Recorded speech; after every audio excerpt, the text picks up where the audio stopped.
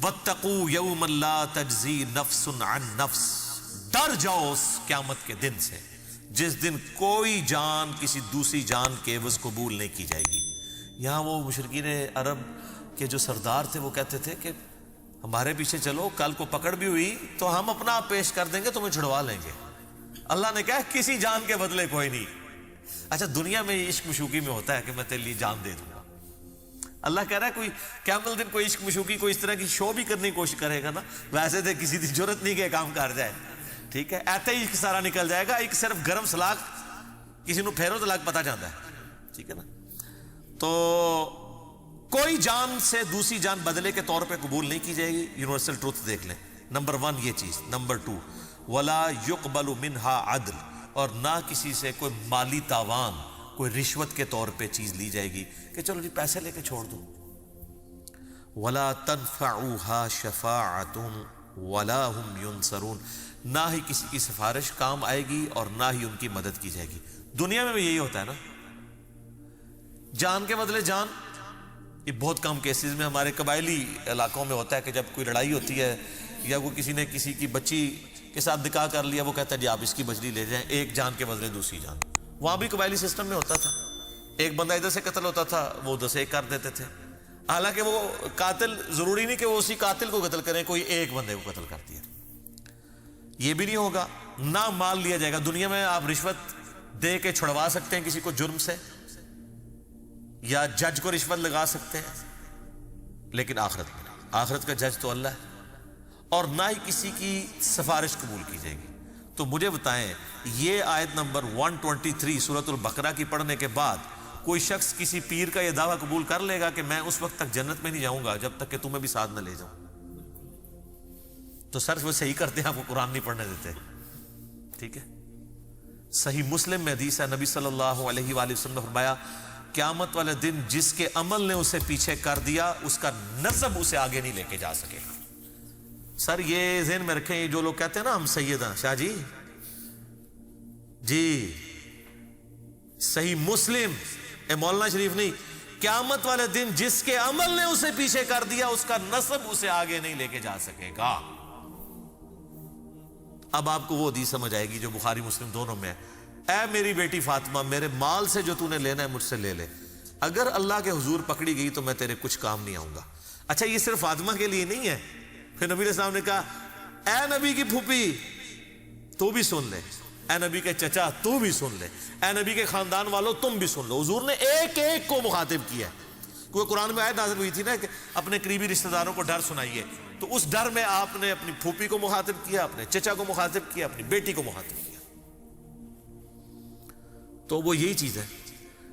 اچھا یہ جو آج ہمارے انڈیا پاکستان بنگلہ دیش کے مسلمانوں کو یہ شفاعت کا کنسیپٹ ہے، تو یہ یار مطلب صحابہ اور اہل بیت کو کیوں نہیں تھا سمجھ آئی کہ یہ شفاعت جو کچھ بھی ہے تیرے محبوب کی امت سے؟ کوئی ضعیف روایت بھی ہے کہ جو کچھ بھی ہے تیرے محبوب کی امت سے، کسی سے عقیدہ قول، کسی تابعی کا قول، اس طرح تو ہے ہی نہیں ہے۔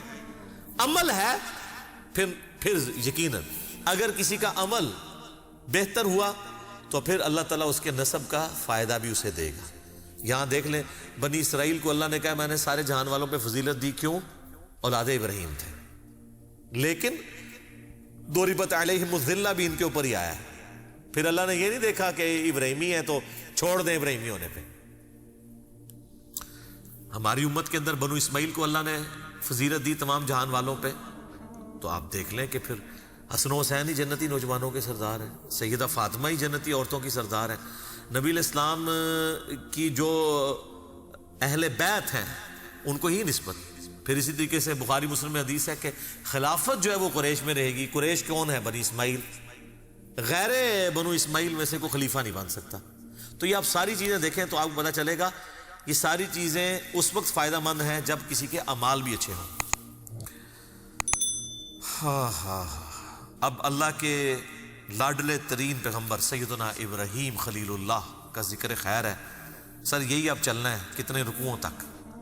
کیا سوز و گداز ہے جی، کیا عشق کیا اللہ نے اپنے اس بندے کے ساتھ، اور اس بندے نے کیا عشق نبھایا ہے اپنے رب کے ساتھ۔ ہائے ہائے ہائے سر، یہ پہلا آپ سرٹیفکیٹ دیکھیں، میں کہتا ہوں اس کائنات میں کسی شخص کو یہ سرٹیفکیٹ مل جائے نا، تو وہ اس سے بڑی کوئی ڈگری اس کے لیے نہیں ہو سکتی. وَإِذِ ابْتَلَىٰ إِبْرَاهِيمَ رَبُّهُ بِكَلِمَاتٍ، اور جب آزمایا ابراہیم کو اس کے رب نے جس آزمائش میں. یہ ترجمہ ہے اس کا، جب آزمایا اس کے رب نے اسے جس آزمائش میں، فَأَتَمَّهُنْ، تو اس نے اس کو فلائنگ کلرز کے ساتھ اول ڈگری میں اس کے اندر جو ہے وہ کامیابی حاصل کی. سر دیکھیں نا کہاں نہیں آزمایا، آگ میں پھینکا گیا آخری وقت تک. آپ کا کلام کیا ہے؟ صحیح بخاری کے الفاظ ہے، آگ میں پھینکنے لگے ہیں حسبنا اللہ ونعم الوکیل. سر اسرائیلی روایتوں میں تو یہاں تک ملتا ہے، چونکہ اسرائیلی روایتوں کے بارے میں جو قرآن و حدیث سے نہ ٹکرائیں، صحیح بخاری کے الفاظ ہیں کہ بنو اسرائیل کی روایتوں کو بیان کرنے میں حرج نہیں ہے، نہ ان کی تصدیق کرو نہ تکذیب کرو، اس لیے کہ ہو سکتا ہے کتاب و سنت کے خلاف ہو تم تصدیق کر دو، اور اس تک کتاب و سنت کے عین مطابق ہوں اور تم اس کی تکذیب کر دیتے ہو. تو جو فٹ ان بیٹھتی ہیں ہم ان کو اس طریقے سے لیتے ہیں. تو یہ اسرائیلی روایتوں میں ملتا ہے یہودیوں کے ہاں کہ اس وقت اللہ تعالیٰ نے آزمائش کے طور پہ حضرت جبرائیل علیہ السلام کو انسانی شکل میں بھیجا حضرت ابراہیم کو ٹیسٹ کرنے کے لیے، اور اس نے آ کے کہا کہ حضرت اگر آپ کے تو میں آپ کو بچا لیتا ہوں. اچھا حضرت ابراہیم علیہ السلام کو یہ پتا بھی تھا یہ فرشتہ اللہ کی طرف سے ہے، تو انہوں نے کہا جبرائیل جس کے لیے مجھے پھینکا جا رہا ہے وہ دیکھ رہا ہے نا، مجھے تیری حاجت نہیں ہے، حسبنا اللہ ونعم الوکیل. اور یہ مجھے بالکل حضرت ابراہیم کے کریکٹر میں فٹ ان بیٹھتی ہوئی یہ بات لگتی ہے کہ واقعی ایسا ہوا ہوگا. ابراہیم علیہ السلام اتنے خوددار تھے اس حوالے سے کہ انہوں نے جبرائیل کو بھی ایکسیپٹ نہیں کیا. قال انی جاعلک للناس اماما. سر یہ قربانیوں کے بعد پھر ڈگری مل رہی ہے. پھر وہ سب سے بڑی قربانی جو 87 سال کی عمر میں جا کے اللہ تعالیٰ نے بیٹا دیا، جب اپنی عمر 99 ایئرز ہوئی، بچے کی عمر 12 سال ہوئی، کہا جی اس کو ذبح کرو. تو دیکھیں کوئی دوسری بات ہی نہیں کی انہوں نے. تو اللہ تعالیٰ ماتا ہے پھر یہ سارے جب امتحانات سے گزرا تو ہم نے کہا کہ ہم تمہیں انسانیت کا امام بنانے والے ہیں. اچھا ابراہیم علیہ السلام کی زندگی میں تو گنتی کے لوگ ان کے اوپر ایمان لے کے آئے ہیں. سورۃ العنکبوت میں آتا ہے کہ صرف ایک لوط ان پر ایمان لے کر آیا ان کے گھر والوں کے سوا.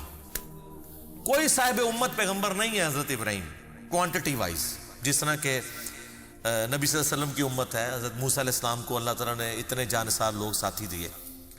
اللہ تعالیٰ فرما رہا ہے کہ ہم نے اسے کہا تمہیں انسانیت کا امام بنانے والے ہیں. ہائے ہائے. تو ابراہیم علیہ السلام کہتے ہیں قال ومن ذریتی، تو یا اللہ جو میری اولاد ہے وہ بھی ہوگی. جواب کیا انٹلیکچوئل ہے، مختصر جواب ہے اور کمال کا. یہ پوچھا گیا کہ میں تو امام ہوں تو میری اولاد میں بھی امامت ٹرانسفر ہوگی. شاہ جی تسی تے امامت روک دے نہیں پہ ہوں تک. اللہ نے کہا قال لا ینال عہد الظالمین، میرا عہد ظالموں کے لیے نہیں ہوگا. یعنی جو تیرے پیروکار ہوں گے نا ان کو تو امامت مل جائے گی. امامت سے مراد یہ کوئی منصب یا کوئی امام مسجد کی ڈگری نہیں ہے. مراد یہ کہ وہ لوگوں کو دین سکھائیں گے. انبیاء کا جو دین ہے وہ جو اللہ نے ان کو دیا ہے وہی کے ذریعے اس کا تعارف کروائیں گے امتوں کو. تو اللہ نے فرما دیا اس میں بھی کہ تیری اولاد میں بھی کوئی ہوا نا اگر وہ ظالم ہوا، اپنی جان پہ ظلم کرنے والا. سب سے بڑا ظلم کون سا ہے؟ شرک. ان الشرک لظلم عظیم، سورہ لقمان آیت نمبر 13. اگر تیری اولاد کے اندر کوئی ظلم کرنے والا ہوا، چاہے وہ شرک کرنے والا یا گناہ کبیرہ کرنے والا، وہ کوئی امام نہیں بنے گا. آپ بے شک کہتے رہے سید نے سوٹا لا رہے ہیں جی، سید ہیں نا جی، گوٹے گڈے پکڑو. اور اللہ تعالیٰ فرما رہا ہے ابراہیم جو تیرے طریقے پہ نہیں چلے گا نا اس کے لیے کوئی ڈگری نہیں ہوگی. تو اس میں یہ امپلائڈ ہے کہ اگر تیری اولاد میں کوئی تیرے طریقے پہ چلے گا تو وہ امام بھی وہی ہوگا. تو امام حسین ہے نا امام، سر امام حسن ہے نا امام، وہ ڈیزرو کرتے ہیں. ابراہیمی اولاد ہے، انہوں نے پرفارم بھی کی ہے. تو قرآن سے یہ حسنین کریمین کی امامت قرآن سے ثابت ہوتی ہے. یہ والی امامت وہ ڈیوائن امامت نہیں کہ جو ختم نبوت کے منافی ہے. اس پر میرا کلپ بھی آپ دیکھ لیں، عقیدہ امامت یوٹیوب پہ جا کے. تو اللہ تعالیٰ فرماتا ہے ظالموں کو عہد نہیں ملے گا. ہاں تیری اولاد میں کوئی تیرا پیروکار ہوگا. تو یہ وہی حدیث صحیح مسلم کی کہ جس کو اس کے عمل نے پیچھے چھوڑ دیا اس کا نسب اسے آگے نہیں لے کے جا سکتا. اللہ